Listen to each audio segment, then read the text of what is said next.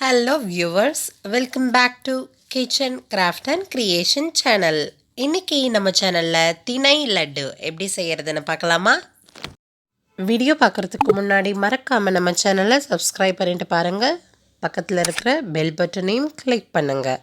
அப்போதான் நான் எப்போ புது வீடியோஸ் போட்டாலும் வீடியோஸ் உங்களை தேடி வரும்.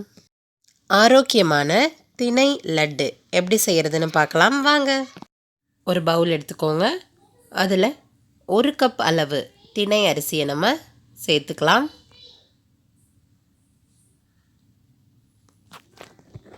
இந்த திணை அரிசியை நம்ம இப்போ க்ளீன் பண்ணணும். 3 அல்லது 4 முறை நல்லா புது தண்ணீர் விட்டு நல்லா கழுவி எடுத்துக்கோங்க.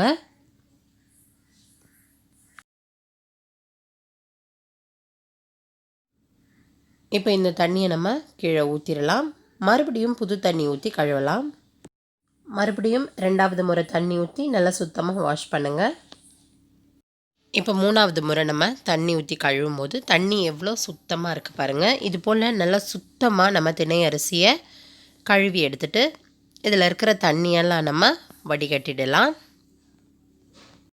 இது போல் தண்ணியெல்லாம் சுத்தமாக வடிகட்டினதுக்கப்புறம் ஒரு துணியை விரித்து அதுக்கு மேலே நம்ம கழுவி வச்சுருக்கிற திணை அரிசியை போட்டு 1 மணி நேரத்துக்கு நல்லா உலர்த்திடுங்க. இது போல் நல்லா ஸ்ப்ரெட் பண்ணி விடுங்க. 1 மணி நேரத்துக்கு நல்லா காய விடுங்க. 1 மணி நேரம் ஆயிடுச்சு. இந்த திணை அரிசி நல்லா காஞ்சிடுச்சு. இதை நம்ம ஒரு பவுலில் கொட்டிக்கலாம். கொஞ்சம் கூட ஈரம் இல்லாமல் இது நல்லா காஞ்சிருக்கணும். ஸ்டவ் ஆன் பண்ணி கடாய் வச்சுக்கோங்க. இந்த கடாயில் நம்ம எடுத்து வச்சுருக்கிற திணை அரிசியை போட்டு ட்ரை ரோஸ்ட் பண்ணலாம். 10 நிமிஷம் வரைக்கும் நல்லா ட்ரை ரோஸ்ட் பண்ணுங்கள். இந்த திணை அரிசியை வறுக்க நல்லா வாசனை வரும். அது வரைக்கும் நல்லா வறுத்துக்கோங்க. திணை அரிசியோட நிறம் பொன்னிறமாகிற வரைக்கும் நல்லா வறுத்துட்டு ஸ்டவ்வை ஆஃப் பண்ணிடுங்க. திணை அரிசியை நல்லா ஆற விட்டுருங்க. நல்லா ஆறுனதுக்கப்புறம் ஒரு மிக்ஸி ஜாரில் நம்ம இதை சேர்த்து அரைக்க போகிறோம். இப்போ நம்ம இதை அரைச்சிக்கலாம். ஒரு 2-3 தடவை அரைச்சதுக்கப்புறம் ஒரு 2 ஏலக்காயை இதில் சேர்த்து மறுபடியும் நம்ம இதை நல்லா அரைச்சிக்க போகிறோம். நம்ம அரைச்சி வச்சுருக்கிற திணை அரிசி மாவை ஒரு பவுலில் சேர்த்துக்கலாம். அது கூடவே 2லேருந்து 4 டேபிள் ஸ்பூன் அளவு தேன் சேர்த்துக்கோங்க. வெல்லம் கூட சேர்த்துக்கலாம். தேன் சேர்த்து நல்லா மிக்ஸ் பண்ணி விட்டுக்கோங்க. ஒரு 4 அல்லது 5 டேபிள் ஸ்பூன் அளவு நெய்யை உருக்கி நம்ம இதில் சேர்த்துக்கலாம். நெய்யை ஆறுனதுக்கப்புறம் நம்ம பிசைய ஆரம்பிக்கலாம்.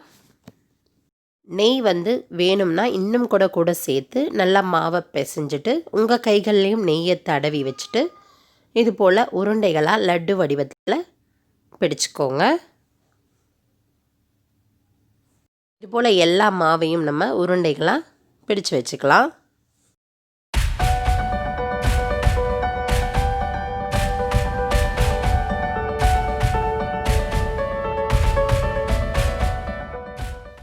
அவ்வளோதான், திணை லட்டு ரெடி. சாப்பிட்றீங்களா? இந்த சூப்பரான ரொம்ப ஆரோக்கியமான திணை லட்டை நீங்களும் உங்கள் வீட்டில் செஞ்சு பாருங்கள். செஞ்சு பார்த்துட்டு எப்படி இருக்குன்னு மறக்காமல் கமெண்டில் சொல்லுங்கள். இது 10 நாள் ஆனாலும் கெடாது. நிறைய செஞ்சு ஒரு பாக்ஸில் போட்டு வச்சுக்கோங்க. உங்கள் பிள்ளைங்களுக்கு அப்பப்போ எடுத்து கொடுங்க. ஒவ்வொரு வாரமும் திங்கள் மற்றும் வியாழக்கிழமைகளில் புது வீடியோஸ் வரும். அதெல்லாம் நீங்கள் பார்க்கணும்னா கண்டிப்பாக நம்ம சேனலை சப்ஸ்கிரைப் பண்ணுங்க. இந்த வீடியோவுக்கு ஒரு லைக் போடுங்க. இந்த வீடியோ பார்த்த அனைவருக்கும் நன்றி.